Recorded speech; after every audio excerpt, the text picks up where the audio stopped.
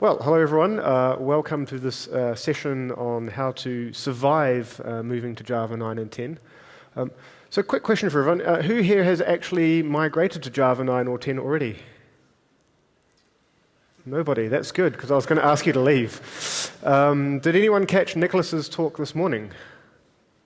Yeah, great. So I will not be offended if you decide to get up and leave my talk, for those especially who saw Nicholas's talk this morning. I think he gave a fantastic presentation. It was hands-on, it was coding live, which is far more developer-orientated than what us CEOs do these days, which is slideware. So, my name's Martijn Verburg. I help run the London Java community. I'm best known on the speaking circuit as this guy. I run a performance tuning tooling company called JClarity. If you want to solve your Java or JVM performance tuning problems, come see myself or Kirk here at the front afterwards. We're happy to help. And one of the community things I'm doing at the moment is running a new build farm for Java itself. The write once run anywhere promise is not completely supported by all vendors today. So we as a community decided that we don't want to forget Windows 32. We don't want to forget Lego Mindstorms. We want Java everywhere, and so we've built a build farm for that reason. So if that's the sort of thing you're into, then please come and join us there. This is what I'll cover. Downloading and installing Java. Running your application. This is where the first things will break, and break badly. Who here uses XML libraries? Come on, you can own up. It's okay. We don't all use JSON. Yes, right. So you XML people in particular will probably get hurt. Then I'll cover compiling, what the major framework and tooling support there is out today for Java 9 and 10. Some other under-the-hood impacts that you get from moving to Java 9, like the default garbage collector changing. And then a tiny bit about Jigsaw and modularization at the end. So this is going to be very much an overview talk. I'm just going to show some snippets of code or snippets of configuration that you may wish to consider when you're trying to bypass some of the restrictions that Java 9 in particular now has. And hopefully you can take some notes or steal the slides afterwards. That's fine by me. Right, I shall get started. So first, where do I get my Java from? So most of you today probably still get your Java from Oracle. Whether that be the Oracle JDK or the Open JDK binary that Oracle now also produce side by side. So if for whatever reason you are perhaps concerned about the Oracle license on the Oracle JDK, there is a perfectly valid Open JDK binary that Oracle provide alongside that. You can also get your Java 9 or 10 from your favorite distro. A little bit of word of caution with the distros. So if you're downloading Java from the Ubuntu or Fedora or places like that, do be very careful to check that the Java you're getting or the OpenJDK you're getting is actually a sound, safe one that's been properly tested, perhaps has passed the TCK or the standard specification tests, and comes from a well-known place. So there have been times in the past where some of the distributions have unfortunately sourced versions of Java which were not complete or not well tested, and this version of Java landed on millions of desktops, which was not great. Azul is another major vendor who's providing pretty decent support out there today, and as I mentioned previously, we now have this new build farm which is purely community run by the London Java user group and several vendors getting together, so you can have those for free. Now for the fun bit. The very first thing you want to do after you've installed your Java... Oop, I've gone too far, haven't I? Oh, I'm missing some slides. Oh well, we will go past. Here are your warnings. Do not try and run your application from in your IDE. Don't do this. No, no, no. Naughty. Do not run it from Maven or Gradle or Ant or your own shell scripts. No. Don't try and compile your project with Java 9 or Java 10. Right? Don't worry about having to modularize your application. Okay, so for some reason, when the module system first came out, a lot of people thought that they were going to be forced to modularize their application and forced to use the new module path. This is not true. The class path is still with us, and it will be with us until 2051.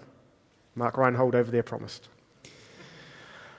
Do look out for the initial JVM warnings that Java 9 in particular will give you. Some of the warnings it gives will become errors later on in an unspecified version, but probably 11 onwards. some of the things that you just get a nice warning for in Java 9 will actually just crash your JVM, or not crash your JVM, but just not allow your program to work later on. So really do take care. The other fun thing about Java 9 Plus is that some of the installers from some of the vendors tend to borg your machine, or borg the existing Javas that you have. Who here runs Java on a Mac? Yay. We all love to keep Apple well-funded. So Apple in particular, or Mac in particular, is one of those platforms where if you go and install Java 9, all of a sudden your Java 6, 7, and 8 just seems to have magically disappeared. And at that point, people who aren't familiar with command line or the esoteric way you set Java homes inside a Mac get horribly lost. So first little pro tip, make sure you know how to set your Java home and path correctly for whatever environment you're running on, whether that be Windows, Mac, or Linux. Or you can start to use some tooling that people have provided. So there's a tool called Jabber, there's also SDKman, which can be used to manage all the different versions of Java that you have on your machine. I'm a little bit old-fashioned. I just use this shell script, which I wrote myself, and my audience at the end of my talks love. They delight in picking out all of the errors and bad habits in this little piece of shell script. But yeah, this is how I simply swap on the command line between 7, 8, 9, 10, and currently 11. As a reminder, you do not have to modularize your application. Okay, so please do not panic. We know you all have 30,000 line God classes. Does anyone here have a class with more than 30,000 lines? No one's going to admit to it this year. Can I go 10,000? Does anyone have a 10,000? No? Oh, there's one honest engineer in the room. Good.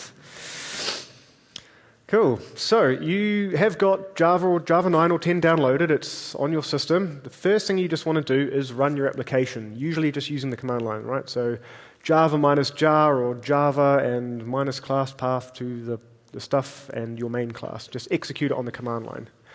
The reason why I say don't execute it using your IDE or your build tool is because some of those don't have proper support for Java 9 or 10 yet, which means it just won't work. Here are some flags that will kill your JVM. It'll just crash, right? So if you have these currently in your Java 8 or below configurations, things like the incremental CMS garbage collector, which was deprecated, has just now been removed. And there's a whole host of other flags, and you can go look in the Java 9 release notes in particular to find those. So those flags will kill your JVM outright. So make sure that you remove those. These ones will just give you warnings. So these flags are warnings. They will be taken away in a future version, possibly some of them in 10 already, some of them in 11. So things like perm size has obviously gone away, replaced by metaspace.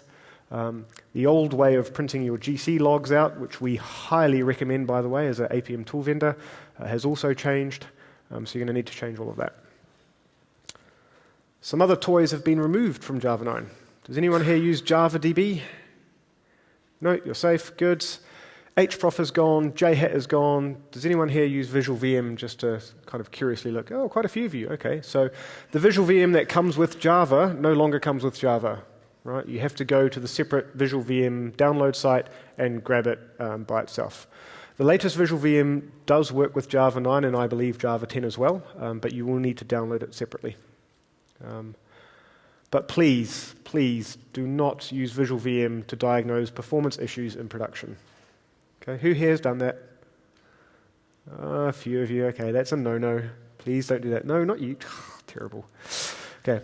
Visual VM, like tools like it, are very, very good diagnostic tools, but they are quite heavyweight, and they will end up actually causing your production system more harm, and you'll end up looking at the wrong thing. Right, what's next? Removed from Java 10. So these are some really esoteric flags and features that most people hopefully haven't heard of or don't use anymore. But if you are in the job or in the role of, say, maintaining some old kind of applet type code, which has moved to WebStart, which has moved to whatever the new thing is, some of these flags may impact you, and they've gone. So once you've gotten rid of flag hell, and you've sorted all that out, then the next thing you're going to get is something like this. So you run your Java application, and if you have a dependency, or if your code uses an internal API, which is deemed to be a new API which is now secure and kind of locked away under the new module system and the new security regime around that, okay, you are going to get these runtime access warnings. Okay. And the error message is actually very, very good here and very clear. So an illegal access operation will be denied in a future release. So that's your big warning, that you need to actually pay attention to this warning.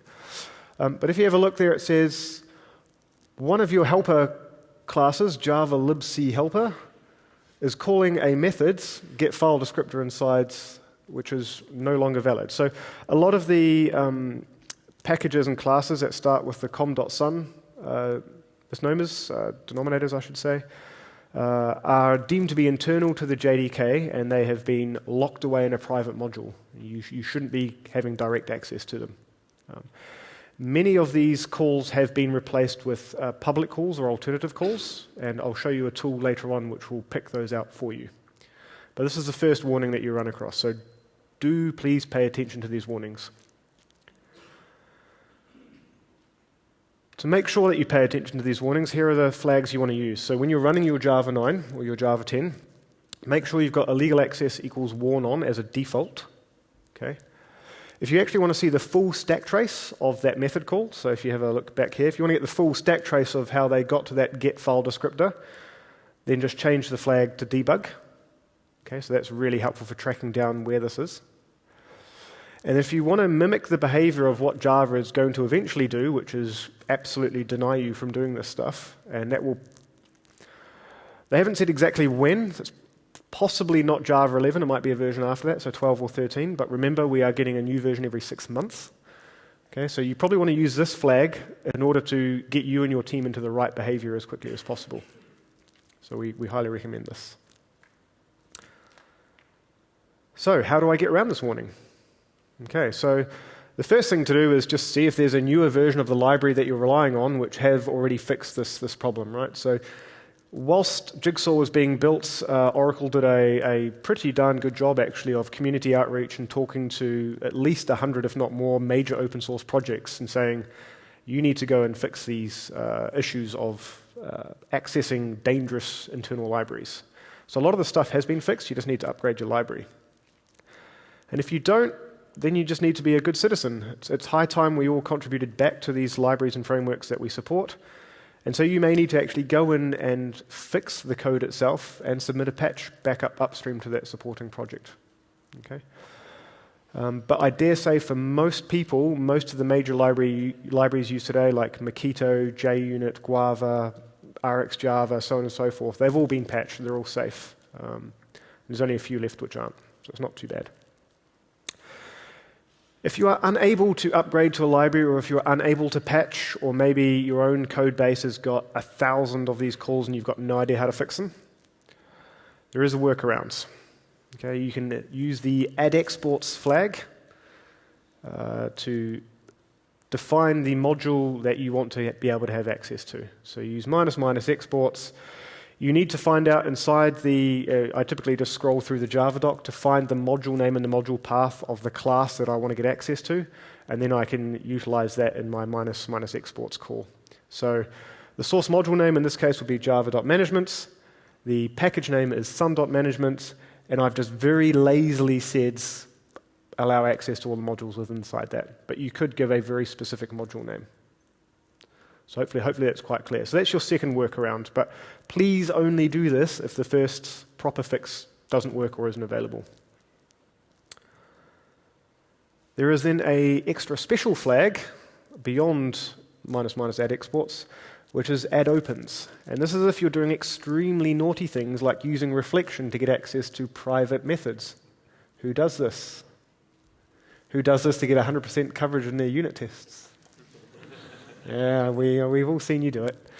That, by the way, is no longer deemed to be good practice for hopefully what are obvious reasons. But yes, you can use ---- add opens, and in a very similar manner to the way you use ---- add exports. So you search for your class that you're wanting to get access to in the Java doc. That will tell you the package name and the module name, and you can just specify that here on the path. But again, please, if you're doing this, you really need to rethink why you're using reflections in this manner. If you genuinely need to get access to that method, then you can perhaps look at the method handles, method types, and method references API instead, which is usually a security manager type safe way of doing the same sort of thing. Those libraries all came into Java 7, by the way. So, just to recap, when you see the runtime warnings and you go, right, we've got to go fix all these, you can fix them in 3 ways. 1, upgrade the library, because some nice person has fixed the problem for you. 2, patch the library and become a hero. Maybe even get paid for it. Who knows? Second option, ---- exports. Third option, if you really have to, ---- opens, add opens. Now, for the next fun bit, that will be most likely to break. There are packages that are both inside and outside the JDK. Corba, transaction, activation, and yes, there they are, the XML libraries, which we all love to use. So, here's the tricky bit. So Java 9 ships these modules. They're inside the binary that you download.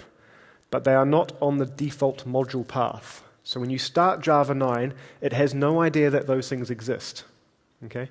So you have to explicitly add them to the module path when you run Java 9 in order to get access to them. Or, instead of using the module that's provided with the JDK, go and find the new external version, either using Gradle, Maven, or Ant, Ivy, and put that on your class path instead. And I'll show you, I'll get into that a little bit more. So, again, if you are relying on these libraries, and Java XML bind seems to be one of these annoying packages which everyone relies on somewhere down the stack, then this is a pretty common one you're going to run across. So, here's the workaround to get around it. So you can use ---- add modules and then the name of the module that you would like Java 9 or Java 10 to pick up. So remember, this module has actually been packaged up and is inside the binary. It's inside Java 9. You just need to add modules, so it knows to pick it up. Okay, so it's really that simple. So that's one way to get around it. The better way is to find the standalone version and put that on your class path. So you will have noticed that most of these libraries here are all actually Java EE libraries, right? Java EE libraries are backed by specifications. Specifications have all got reference implementations, and those reference implementations all exist somewhere in Maven Central. So what you can do is you can go to, say, mvn search or mvn repository. You can search for that package name, and it will come up with a list of all of the available jar files in Maven that host that package. Just add that to your POM or to your Gradle build or to your Ant Ivy builds, and those classes and packages will just come into the class path as per normal. If you are being leading edge and you have actually modularized your app, you've taken that extra step and you're not on the class path, you're now on the module path. Again, you can either use the ---- add module to add that module to your module path, or you can find the third-party jar library and add that to your module path manually.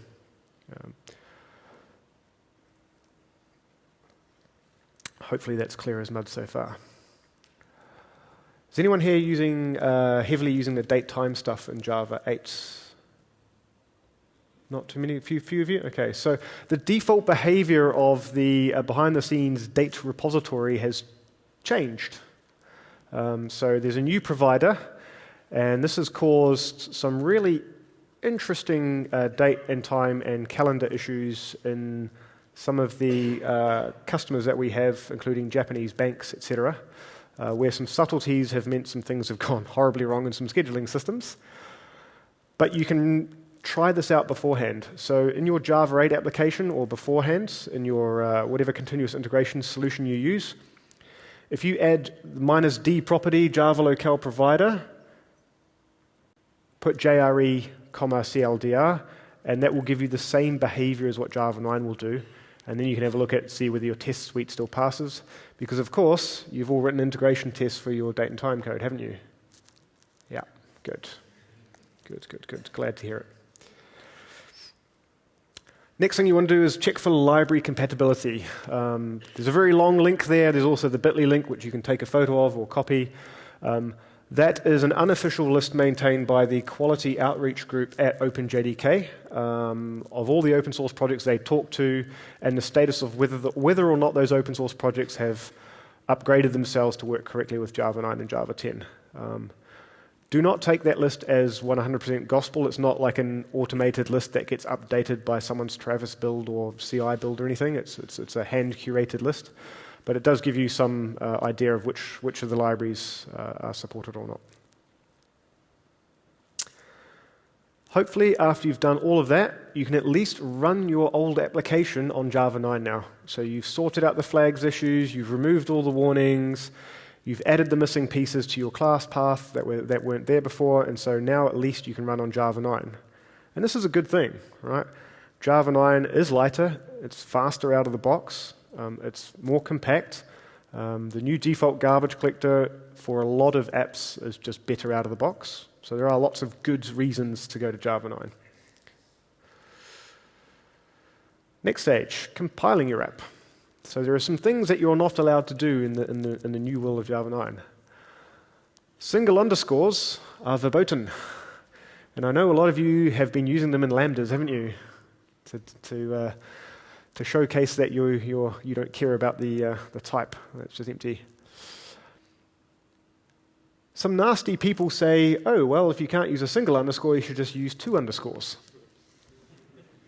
Which is valid. Do not do this. Please do not do this. There are some interesting code competitions where people try and write the most obscure Java code possible. And a friend of mine has a beautiful Java class where all of his variables are underscore, underscore, and all the way up to 21 underscores. And he makes ASCII art out of his source code using underscores. It's great. Other things to watch out for. The old minus source targets flags are deemed to be deprecated. You should use the minus release flag to indicate instead what version of Java you're actually targeting.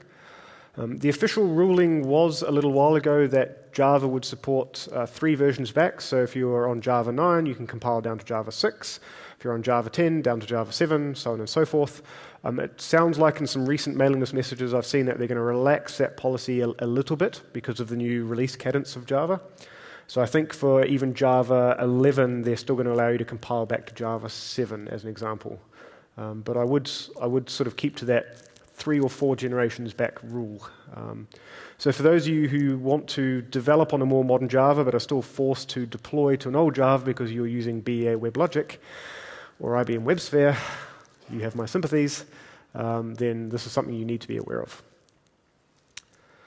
There is a tool which comes with Java now with the JDK called jdeps, and it is fantastic. And you really, really, really want to run this on your code base before you migrate. And I'll show you some output from that shortly. Like the runtime access warnings I showed you previously, there are also compile time access warnings, right? So with the new module system and the security wrappers they've put around some of the internal libraries inside the JDK itself, they warn you about accessing them at runtime. They sure as heck don't let you compile against them, right, as a default. So you will actually get these type of compiler errors coming up if you are doing things like, utilizing sun.misc.Unsafe in an unsafe manner, which you should not do. So you'll see this familiar type of message. And the process to fixing these compiler issues is very similar to what you did with the runtime issues, right? So I'll go through them one by one. So either upgrade to the library, which fixes this problem at compile time, or go and contribute a patch back to the open source project which you are compiling against, or patch your own code. Now, unfortunately, there are some internal JDK APIs that people have grown to rely on which have been locked away, but there is no suitable public replacement for yet. So the jdeps tool I just mentioned previously will tell you about the suitable public replacements, but if there isn't one, you have to start going to places like Stack Overflow or the Mechanical Sympathy mailing list or other mailing lists like Heinz Kibutz's Java Specialist mailing list to find out how people have gotten around these internal API blockages. If you really have to get access to that internal library, you can use the same --add exports trick to get access to that internal library for compilation. Really do not recommend doing this though. They have locked away these internal libraries for a good reason, and usually because they're either unsafe in some manner or there's actually a security vulnerability which naturally is not discussed out in the world in full, but by hook or by crook it means you're probably opening up your application to some pretty dangerous security issues. So I mentioned the jdeps tool previously, and here is its output. I'll let people just read that at leisure. This is probably the finest piece of technical documentation output I've ever seen Oracle produce. It's actually incredibly helpful, right? It tells you you were using this internal API, which you're no longer allowed to compile against, but oh look, we've actually given you a public API since Java 8 that you can go and use instead. Brilliantly helpful. So again, go use this tool on your code base, and if there isn't an answer for you, then I'm afraid you have to do some spelunking in popular forums and things to see how people have solved problems. You can also prepare yourself for things that are now deprecated. So alongside the jdeps tool, there is a jdepiscan tool. I believe Stuart Marks, Dr. Deprecator, is behind this one, and it's also very useful.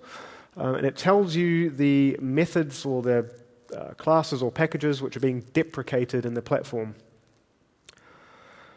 Now, who here knows about the new deprecation capabilities in Java 9+? People heard what's going on in there? Not really. Okay, so deprecation has had a massive overhaul in Java 9.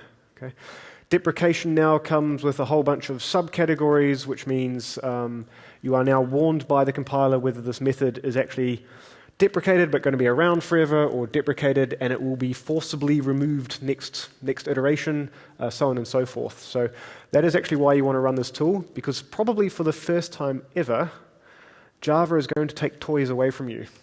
Okay, so every version of Java that comes out, they will semi-aggressively now actually remove APIs and things if they have warned you adequately beforehand about the deprecation. Okay. Now, this usually isn't stuff that's fundamentally core to Java. I don't think they're going to, obviously not going to deliberately break everything. But because of the module system, we now actually have the ability to kind of remove old APIs which don't work anymore and replace them with better ones which do. So one day I personally hope to see Java util date gone, as well as Java util calendar and a few other bits and pieces. It might be a while, but we'll hopefully get there. So at this point, you can now run your Java code and you can compile your Java code, hopefully, from the command line. And now finally, I'll let you go back to your IDEs. So we obviously have the three main IDEs. If you come to the closing keynote today at 5 o'clock, we'll actually show you a survey of what IDE usage is today. No guesses as to who's currently winning that war. So IDE support. IntelliJ works perfectly, always has, even from before Java 9 was properly out. Eclipse, the very latest version, works. If you were foolish enough to have an earlier version of Eclipse and you did the, I'll use the Java 9 upgrade plugin, did anyone do that with their Eclipse? No, you're all safe. Okay, I don't need to worry about that then. That's good. And NetBeans, NetBeans has moved to the Apache Foundation. They still have not officially released their version 9.0, but if you grab 9.0 beta, then Java 9 and 10 will work just fine on that. If you use Vi like a real developer, then you'll be absolutely fine. Ignore that. That can go. Right, on to your favorite build tools. Who here uses Maven? Yes. We love it. Who here uses Ant? Hey, still a few of you, cool. And of course Gradle, or who uses their own custom build script? Not a single one of you. Yay, Mark Reinhold at the back, of course. Is it Make? Yes, fantastic. Right, so Maven, make sure you are using the absolute latest version of Maven. Do not be foolish enough to use Maven 3.3.9 or whatever comes default with IntelliJ. Or Eclipse. Make sure you're on the absolute latest version. This is crucial. Because core Maven itself, only 3.5.3 has actually kind of fixed all of the core issues with Java 9 and 10. You now also need to update all of your plugins explicitly. So for those of you who have always ignored doing the parent POM thing or to version your plugins inside your POM files, I'm sorry, those days are over, because the versions that are pinned with the core version of Maven itself are too old, and they don't support Java 9 properly, and your builds will break. So at JClarity, we have a parent POM which is about 5,000 lines long, with all of the plugins all set to the exact latest version which support Java 9. This is especially true of the compiler plugin and the Surefire plugin, which are probably the two most important ones, right? Compiling and testing your code. The only plugin that still doesn't really work is the animal sniffer plugin, and that's because that relied on the old -source, -target semantics of figuring out whether your Java code would run on older versions of Java. I don't think too many people use that, luckily. Maven has pretty good support for the module system, actually, surprisingly. A lot of people don't know this, but you can use Maven to build your Java 9 modular applications. There are some rough edges, which the Maven folks and the OpenJDK folks are working on together. So I wouldn't call it having like first-class support, but it's got decent enough support, so you can use Maven to build. Right, now for the fight. Who here hates Maven because they're a Gradle purist? Gradle purists out there? Ooh, not as many. Okay, so Gradle is an interesting one. Gradle obviously relies on Groovy. Groovy struggled to get itself to a state where it's worked nicely on Java 9, but they have gotten there, as has Gradle itself. It did take them some time. Again, make sure you're using the very latest version of Gradle, which is 4.7, just came out on the 18th of April, I believe. That's the version you will need for Java 10 in particular. In your build file, you can just set your source and target compatibility to 9 or 10. Note, this is not 1.9, so you will have been used to going 1.8. No, this is just 9 by itself and 10 by itself. And again, Gradle, as of yet, doesn't really have first-class support for building and dealing with modular applications, so you kind of have to muddle your way through that yourself. Good old Ants supported Java 9 first. Yes. Just works. If you're in the odd situation where you really want to use Java 9 and some of the cool new features, you want to use the take while, I think, in streams and a few other bits and bobs. But then your evil management says, no, you must only deploy it to Java 7 because you're using BEA WebLogic. Then Java actually has this nice thing where you can have a source file with some Java 9 features, have the same source file, as it were, with the same business logic without the Java 9 feature, have them both rolled up into the same jar file, and when you deploy it to Java 8, it executes the Java 8 class, and when you deploy it to Java 9, it executes the Java 9 class. Pretty cool, right? So we've used this feature at JClarity a couple of times, and as long as you keep your patch sets quite small, quite minimal, this is a really nice feature. And if you're an engineering or a team lead and you want to keep your developers happy, and you can say, okay, yeah, you can use some of these Java 9 features, and we can still deploy it to Java 8 or 7, as long as you use this multi-release feature if you're going to use an API call or something in Java 9, which is Java 9 only. So that's pretty nice. The IDE support for this is not spectacular, but I believe IntelliJ in particular are going to add some pretty decent support for this soon. So you've got your IDE sorted. Major library and framework support is the next big one, right? Will my app blend? Spring, yes, they were right up. They were, I think, the very first major framework. The day Java 9 came out, I think Spring put out version 5 and said we are 100% compatible, which was a fantastic effort by them. Java EE, which has now moved to the Eclipse Foundation as Jakarta EE, is a big fat no for the moment. RxJava, yes. Eclipse Vertex is half-half. It supports the module system, but you can't do modular stuff in it itself yet. The Lightbend stack, absolutely fine as far as I'm aware. Dropwizard is fine. Guava is fine. I will give a word of caution with all of the stuff. It does mean you need to be using the very latest version. Okay, so again, if you're using older versions of Dropwizard, Guava, Lightbend stack, Akka, etc., you're going to have a very bad time. So it's a good excuse to play the upgrade game with your managers. Major library supports. This has been really fun. Who else here monitors the Apache Commons mailing lists because they're really old? I'm just the only old person here. Okay, that's concerning. So a lot of the Apache Commons libraries were written, from Java 1.2, Java 1.3, and they're really venerable. They've been around forever. And a lot of them haven't been maintained in 8 or 9 years. And all of a sudden, these old mailing lists kicked up again. I was like, ooh, I'm subscribed to these. Wow, cool. As very panicky developers tried to find the original authors, who are all age 72, sitting in the Bahamas drinking a nice cocktail and saying, can you please fix Apache Commons string template to up to Java 9? And they were like, Java 9? I didn't realize Java 6 had come out. And the conversations just got more entertaining. But anyway, a lot of the popular ones have been patched, but certainly not every Apache Commons library. And again, just like the problem with Node.js and left pads being that tiny, tiny, tiny library that everyone else relied on, the Apache Commons libraries tend to be that tiny, tiny library at the heart of an awful lot of other people's libraries, so you can get caught out quite easily. But all the other stuff you're familiar with, again, as long as you use the latest versions, you're actually absolutely fine. Tooling support, plug for our stuff, of course. A lot of you probably use JREPL for fast turnarounds. They're definitely up to date. They just released their Java 10 support only a couple of weeks ago. They're no longer called Zero Turnaround. I apologize. They're now Rogue Wave. Tomcats. Tomcat, absolutely fine as long as you're using Tomcat 9+. Glassfish, they've got a 5.01 beta, which does work. JBoss Wildfly, absolutely fine.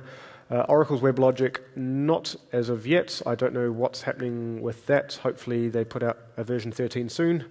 And WebSphere Liberty, again, is in that sort of hybrid phase. They will run in what they call a, I forget what the mode's called. You run Liberty in a particular mode, and it will run on Java 9, but you can't do Java 9 specific stuff with it. It's probably the best way of explaining that. So now you've got your Spring application running on Tomcat, you've run it, you've compiled it, everything's happy, it's fantastic. You deploy that to production, and then all of a sudden, your entire application slows down and is horrible. And you're like, I upgraded Java, it should be faster. Why is it not faster? One of the reasons could be is that the old default garbage collector has moved from being a throughput collector to a low pause collector called G1. Now, G1 is very, very good. It does lots of sensible things by default, and you can usually remove all of the custom GC configuration that you used to have under the old collectors. But for certain types of applications, it makes life much, much worse. So it is something you just have to look at, and maybe you will have to manually add your specific garbage collector back into your application in order to get that to work in the way you expect. On the other hand, you have a very positive change in Java 9, which may impact really in a very positive way people who are very heavy users of strings, XML, and JSON in their applications, which is just about everyone in this room, I suspect. So there's a nice feature where as long as you're using Latin-only code sets, that there's some compaction and compression of strings that now go on inside the JVM. So for people who are using really heavy XML messages and stuff, it's pretty good.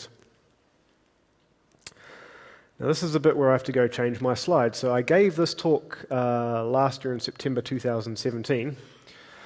So actually using Jigsaw modularity itself. Right, so actually now sitting down and going, okay, I'm going to use this new feature set. Now I'll happily change the slides. Proceed with caution. So I quite firmly recommended against doing this, but we ourselves are now looking at doing this. There's now enough body of work in terms of books, blog posts, examples, answers on the mailing list by the Jigsaw developers, that doing this is actually now a reasonable effort. Okay? And a lot of the corner cases have been smoothed over, or there have been workarounds discovered for the corner cases. The build tools and IDEs still need to give better support for this. IntelliJ is definitely leading the way. We're actually looking to do some crowdfunding for the Apache Maven people, because there's no commercial entity behind Maven as such, to improve its support for that. I assume Gradleware will also improve its tooling support over time. There are two very good books on the topic. You'll probably notice the author on the right-hand side being the person who spoke this morning on this topic. And the O'Reilly book is one that I've personally read and reviewed, and I found it to be an excellent, excellent guide in how to modularize your own application. And there are some really strong benefits. So if you, for example, are deploying your application on a customer's machine and you want your Java app to be as small and tight and as secure as possible, then using the module system will very, very much help here. And it can drastically reduce the size of the binaries that you're producing. Some early work you can do to prepare yourself for the world of modularization. Make sure you're already using some module system, right? Whether that be Maven, OSGI, or JBoss modules. You need to resolve what they call split packages. So you cannot have the same package in two different modules on the module path. Okay, so it's quite a strict restriction. But there is a tool called split package scan, which will tell you, which will list out for you all of the packages that are currently split across your jars, your existing jars. Okay, so you can go and resolve this. So if you go to the Adopt OpenJDK organization, the tool is there. You can just run it over your class path. We're also producing a Maven plugin shortly. And that is about it. So that's my whirlwind tour of how to survive moving to Java 9. In summary, the first thing you want to do is just run it and see what the warnings are and make sure you update all the relevant libraries. Then you want to compile it, and you can use certain flags to get around if you're being told you're not allowed to compile against an internal library. And then finally, you can move into the IDE and framework world, and as long as you're upgraded to the latest versions of stuff, you're probably okay. And then the very last thing you want to do is actually start thinking about modularizing your app yourself. And that's all there is to it. Our internal journey for this, for our tooling, took about 2 weeks at JClarity. We probably have an advantage that everyone who works at JClarity is kind of closely associated with Java itself, so we had a lot of pre-warning and pre-knowledge on how to do this, but it's not nearly as terrible as people think, and you just get Java 9 and 10, put it on your CI server, and start with that. So if I haven't run out of time, I haven't. I've got some time for questions, if there are any. Front, yes. Can you please elaborate more on these potential performance issues that can be related to the use of the new? Okay, so can I elaborate more on the performance issues that the new garbage collector comes in with? So G1 is designed to try and make sure that you don't have any of these high pause times, these spiky pause times, right? So what G1 tries to do is tries to smooth out your pause experience as far as garbage collection goes. And it does this by having a pause time goal, which you can set yourself on the command line. It defaults to 200 milliseconds, if I remember correctly. But that means G1 is constantly doing garbage collection concurrently while your application is running, a little bit like the CMS collector does today. So for certain types of applications, people can see their throughput, as in the number of sort of business transactions they have going through the system. They may actually see that decrease under G1, but they will have less of these spiky pauses. Now, I say this with a lot of caveats because it really depends on your allocation rates, what your throughput looks like, the size of your JVM, so on and so forth. But you can usually resolve this when this situation occurs in G1 simply by pulling on that big lever, which is the pause time goal. You just maybe shift it up to 400 milliseconds or something appropriate. And there are a few other common levers that you can use. And you can call us for a reassuringly expensive quote on how to do that. Any other questions out there? Yes, at the back.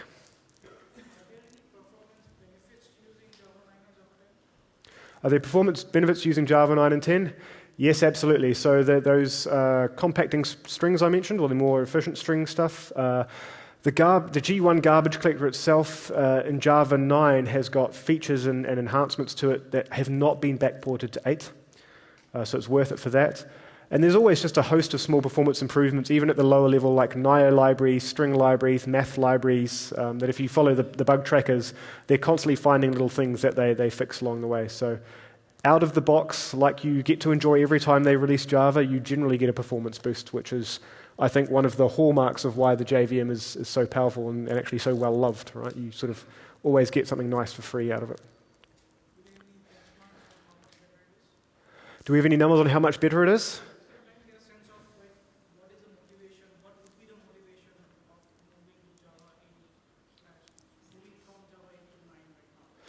So moving Java 8 to 9, so your motivations are, yeah, so the G1 garbage collector for a lot of workloads is a vast improvement.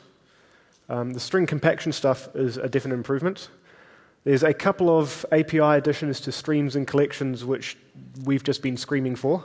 I think there was one bit of code that Kirk wrote the other day which took like 10 lines in Java 8 and then it was just like the one method call in Java 9. Yes. So Brian Gertz, etc., have done a really good job there. And Java 9 is a very nice precursor to all of the sort of Docker container aware stuff which has come into Java 10. So if you're deploying Java to Docker containers, you really want to go to Java 10 because it's actually container aware properly. So that's probably the biggest benefit of moving to Java 10 today.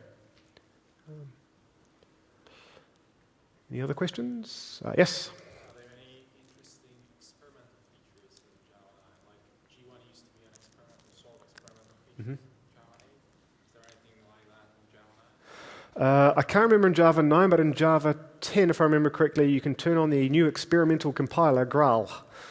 So I don't know if people have read or heard about Graal out in the sort of tech world or tech scene, but Oracle have produced a new compiler, I guess, compiler framework called Graal, and you can switch that on experimentally.